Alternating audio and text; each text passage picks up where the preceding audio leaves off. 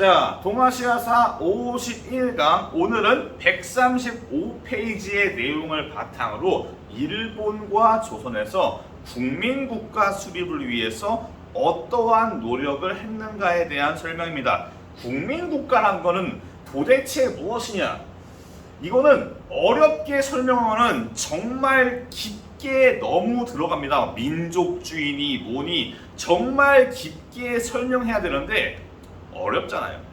제가 설명을 못해서 그러는 게 아니라 여러분들 이해를 위해서 그냥 국가의 주체가 국민이다, 이런 느낌으로 이해하세요. 그냥 말 그대로 국가를 운영하고 국가를 주도하는 게 과거에는 뭐 왕과 특정 귀족들이 국가의 방향을 주도했다면은 이제 국민이 국가의 주체가 되어가지고 주도하겠다.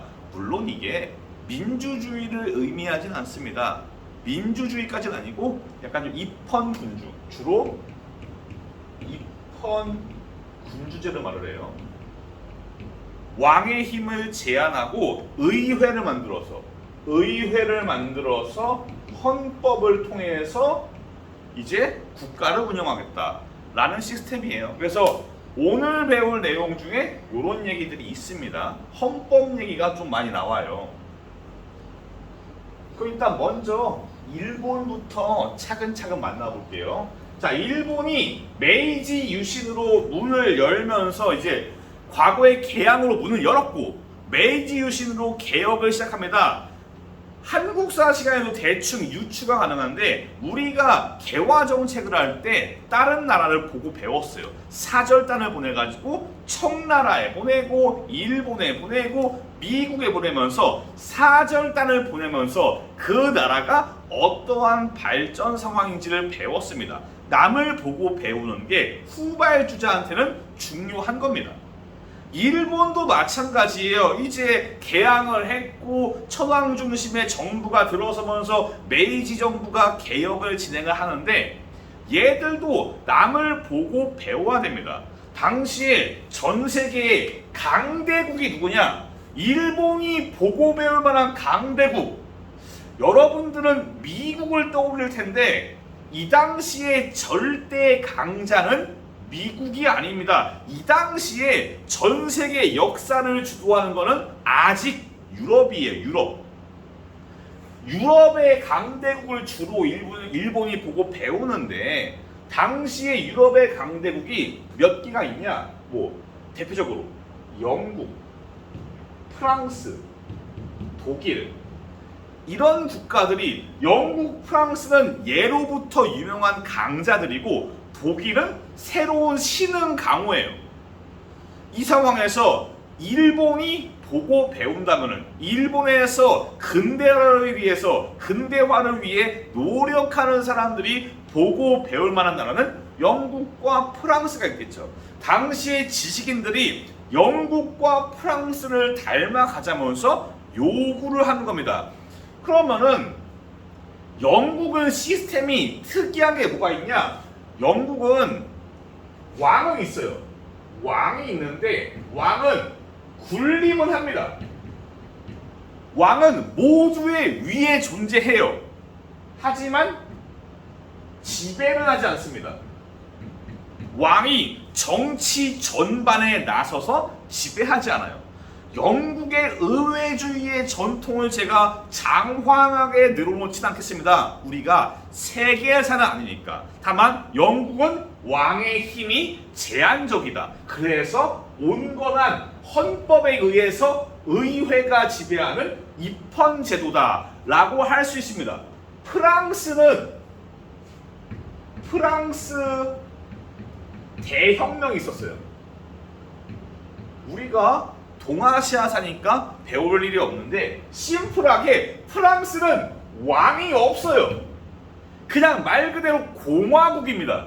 물론 이 시대에는 왕이 존재했어요. 하지만은 이 당시에 혁명을 겪은 사람들이 자유로운 백성이라 국민들의 권리, 자유로운 국민들의 권리에 대해서 자유평등 파괴와 같은 프랑스의 혁명, 이런 자유와 평등에 대해서 충분히 길들여진 프랑스 사람들은 급진적인 상황입니다.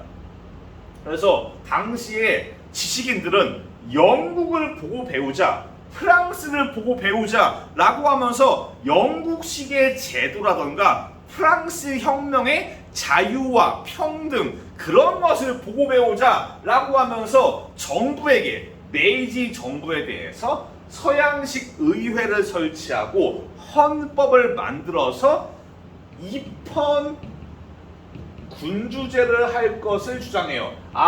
이런 거는 맞다. 딱히 아실 필요는 없어요. 여기는 사실 교과서에는 없습니다. 시험에 관련이 없어요. 제가 좀 설명을 편안하게 하기 위해서 거론한 겁니다. 이렇게 지식인들이 입헌 군주제를 주장하는데, 메이지 정부는 일단 천황 중심의 시스템이잖아요. 근데 여기는 왕이 핫바지야. 여기는 왕이, 심지어 여기는 왕의 목을 땄어요. 이런 상황이니까 영국과 프랑스의 정치 시스템을 빌려오기에는 메이지 정부가 불만이 많습니다. 일본 애들이 일본의 왕이 핫바지가 될 거냐? 아니면 목을 딸래? 그러니까 애매한 겁니다. 메이지 정부는 영국과 프랑스의 시스템을 받아들일 생각이 1도 없어요. 그래서 지식인들을 탄압하면서 자유민권 운동을 억눌러요. 계속 막 정당이 만들어지고 정당에서 자체적으로 우리 헌법은 이게 좋겠어, 이게 좋겠어, 각각의 정당에서 이상적인 헌법들을 제시하기는 하는데 다 싹 다 찍어 누릅니다.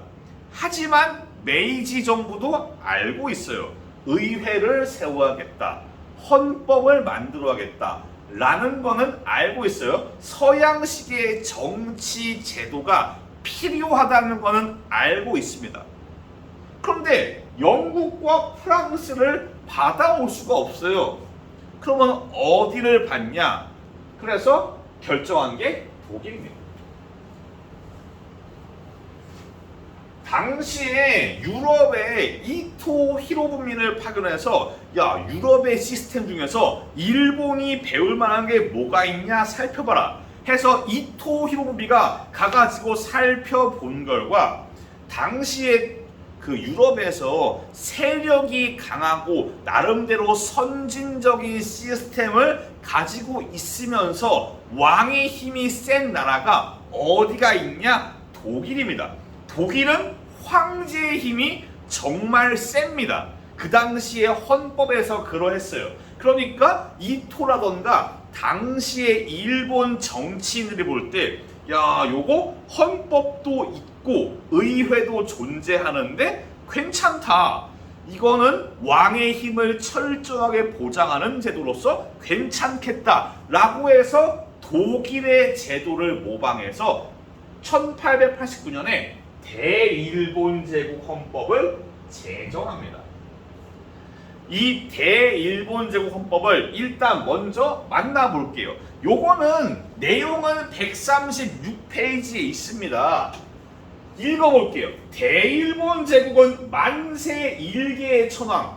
요게 사실 어이가 없는 개념이고 일본의 극우 세력들이 지금도 요거를 믿고 있는데, 뭔 소리냐? 천황은 처음부터 지금까지 핏줄이 끊어지지 않고 하나로 이어졌다는, 만세라는 게 1만 년의 세월이 아니고 정말 긴 세월을 말해요. 긴 세월 동안 고대 시대부터 거의 삼국시대 느낌부터 지금까지 항상 동일한 핏줄로 이어졌다는 겁니다. 아니에요. 사실 아닙니다. 근데 일본 극우들은 지금도 믿고 있는 개념이에요. 여튼 천황 3조, 천황은 신성하다. 나중에 배우겠지만은 일본이 전쟁에서 뚝가 터진 다음에 천황이 인간입니다 라고 인간 선언을 하기 전까지 당시의 일본 사람들은 천황을 신으로 여겼어요. 지금도 이게 남아 있습니다. 지금도 일본에서 천황은 참 지금 일본을 천황이라 그러네. 일본 왕은 이게 애매해요. 이게 동아시아 사는 일본의 왕을 천황이라 표시를 하고 한국사에는 일본 왕이라 표시하고 우리의 국민 감정도 천황보다는 일본 왕, 일왕으로 호칭하는데 익숙해져 있는데 참 애매합니다. 여튼 현대는 그냥 일본 왕이라고 볼게요. 일본 왕은 지금도 언터처블이에요. 예능이나 그런 등등에서 일본 왕에 대해서 희화화를 하고 뭔가 지금 우리나라는 대통령에 대해서 막 욕하잖아요. 대통령 욕하고 디스하는 게 문제가 아니에요. 술자리에서 누가 대통령 욕한다고 잡아가지 않아요. 옛날 독재 시대나 그랬어요. 지금은 안 잡아갑니다. 일본은 일본 왕의 욕을 하면은 목숨이 위험해요. 언제 극우 세력이 와가지고 칼로 쑤실 수가 있어요. 애매합니다. 아직도 그래요. 이 당시는 더합니다. 아니 헌법에 천황이 신성화돼요. 자 다음, 천황은 국가의 원수로서 통치권을 모두 다 관장하면서 헌법에 따라서 일을 시행한다. 천황이 통치권, 정치의 전반적인 것을 관할합니다. 그리고 심지어 천황은 제국의회 협찬. 여러분들이 1학년 때 통합사회 시간에 배웠겠지만은 의회는 이거 제가 가르친 기억이 있네요. 느낌이. 의회는 입법권이 있어요. 원래 법을 만드는 건 의회가 하는 겁니다. 삼권 분립의 원리에서 이거는 언터처블이에요. 하지만 이 대일본 제국 헌법은 천황이 행사해요. 제국의회가 협찬, 도와주는 겁니다. 천황의 권한을 의회가 도와주는 형태로 천황이 입법권을 행사해요. 얘들이 법을 안 만드는 게 아니에요. 근데 천황이 법을 만들 수 있다는 겁니다. 정말로 천황의 권한이 어마어마하게 센 겁니다. 신성하며 제국은 천황이 통치하며 통치권이 실제로 존재하고 그리고 입법권도 가지고 있습니다. 이것 때문에 나중에 태평양 전쟁 때 천황이 직접 침략 전쟁을 관할해요. 사실은 모든 보고가 다 천황한테 들어갑니다. 그러니까 천황이 전범으로 원래 재판을 받았어야 된다는 거예요. 나중에 다시 설명드릴게요. 지금은 설명드릴 단계가 아니라서 일단 지금의 요약. 대일본 제국 헌법은 천황에게 막대한 권력을 밀어줬구나. 이게 의회가 존재하고 헌법이 존재하는, 헌법에 따라서 나라를 통치하는 입헌 군주제의 형태이지만 원래의 입헌 군주제는 원래의 요구의 목적은 뭐냐? 군주권을 제한하는 거예요. 헌법에 따른 정치. 야 왕아, 네가 마음대로 통치하고 네가 마음대로 애들 목 따고 그러지 말고 헌법에 의한 통치를 해라 라고 말하는 게 입헌 군주제의 원래의 목적과 의도인데 일본의 헌법은 요거랑 맞지는 않습니다. 국민의 권리를 제한하고 있습니다. 그래서 좀 형태적인 거는 근대적이지만은 내용은 그렇게 근대적이지는 못하다라는 겁니다. 그리고 다음 해에 헌법에 따라서 제국의회가 개설됩니다. 물론 이 제국의회도 개설돼가지고 처음에 모여서 할 때 천황에 대해서 충성을 약속하는 참 기이한 형태로 의회가 시작되는 겁니다. 지금도 사실 일본이 민주주의 국가냐 좀 복잡합니다. 일본은 정말 완전한 의미의 민주주의 국가라기보다는 좀 그래요. 거기는 그 내각 책임제 시스템이 조금 특이합니다. 뭐 나중에 제가 설명드릴 기회가 있을 거예요. 넘어갈게요. 자, 이거 받고 다음은 한국사입니다. 자, 한국사에서 보시면은 일단 뭐 좀 설명을 해볼게요. 여기에 청일전쟁. 나중에 동아시아사에서 청일전쟁은 한국사보다는 중요하게 배웁니다.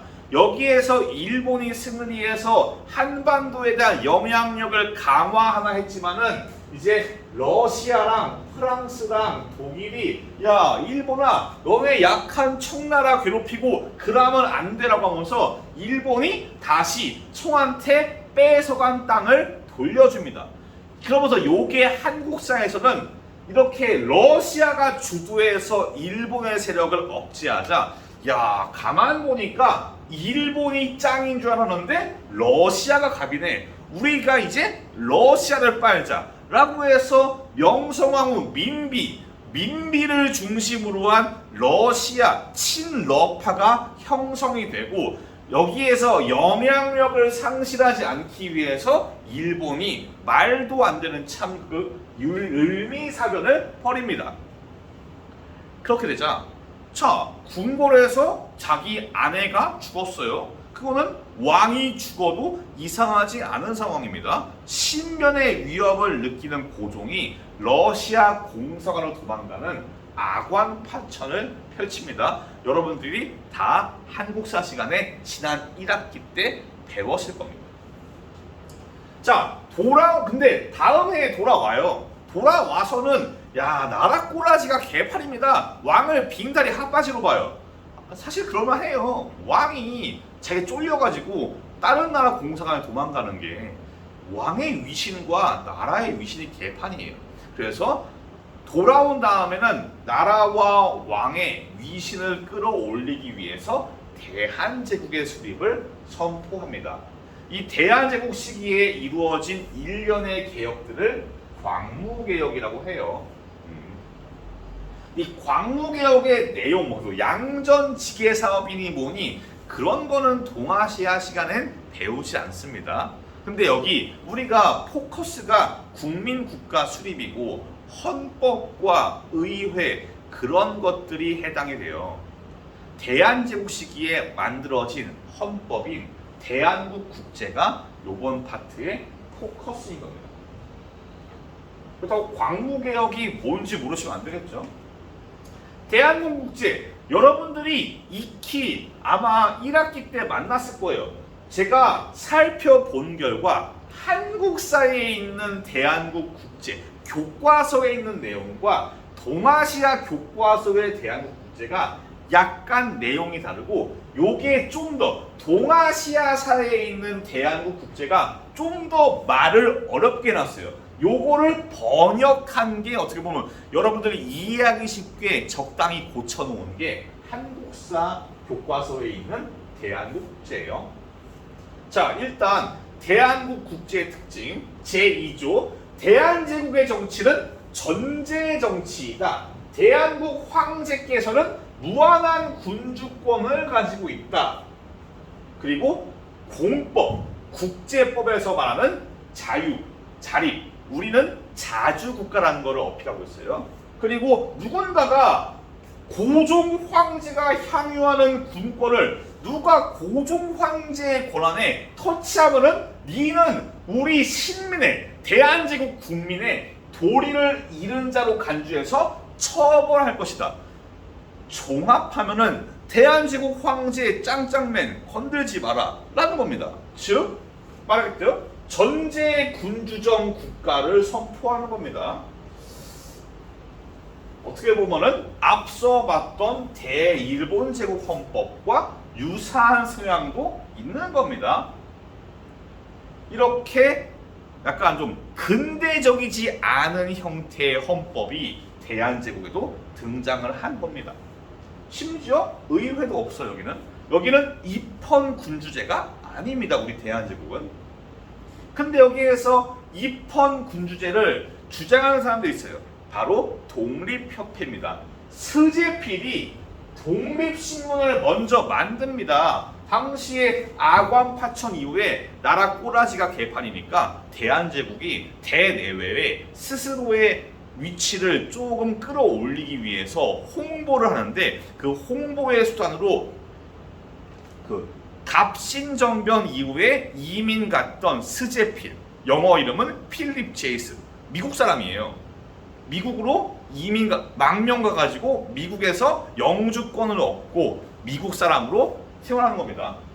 여튼 이 사람이 돌아와서 독립신문을 만들고 요게 당시에 한반도에서 흥행에 성공합니다. 독립신문이 막 쌓아놓으면 팔리고 어마어마한 흥행을 겪어요. 그러니까 여기에 공대해서 독립협회를 조직합니다. 독립협회는 크게 세 가지의 활동을 해요. 만민공동회를 통해서 러시아의 이권 침탈을 반대하고, 그리고 고문, 무슨 신체의 자유, 고문을 없애고 신체의 자유, 언론의 자유, 이런 자유를 말하는 자유민권, 그리고 헌의 6조를 통해서 의회 개설운동을 전개해요. 관민공동회를 통해서 이제 의회 개설운동을 해가지고 헌의 6조를 통해서 중추원이 개설되는 겁니다. 중추원이 당시에 의회 역할을 하는 거였습니다.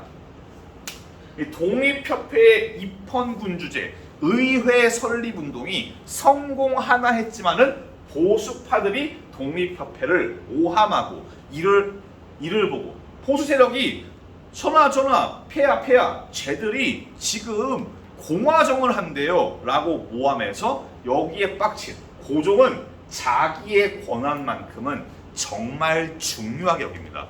어쭈? 독립협회가 나의 권한을 침범해? 다 없애버려. 그래서 고종이 진압해버리면서 독립협회가 해산됩니다. 이게 한국사로 했으면은 4시간이 넘어가요.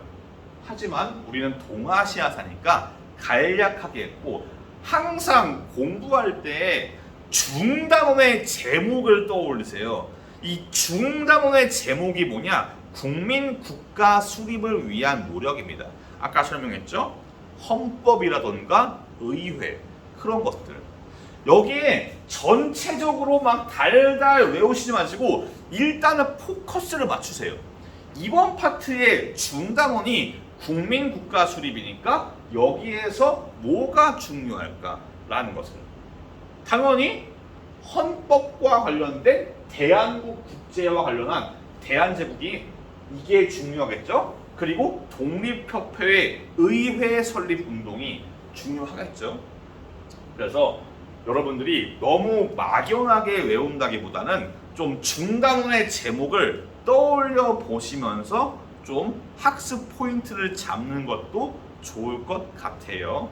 오늘은 여기까지입니다. 다음 시간에는 일본과 조선을 만나봤으니까 청의 국민국가 수립을 위한 노력, 그 과정들에 대해서 만나볼게요. 청나라가 내용이 일본과 조선에 비해서 좀 더 어렵고 좀 더 많습니다. 이게 온라인의 마지막 촬영이겠네요. 다음 주부터는 이제 여러분들 대면 수업으로 진행을 하겠네요. 참 길었습니다. 고생 많았습니다. 다음 시간에 뵐게요. 감사합니다.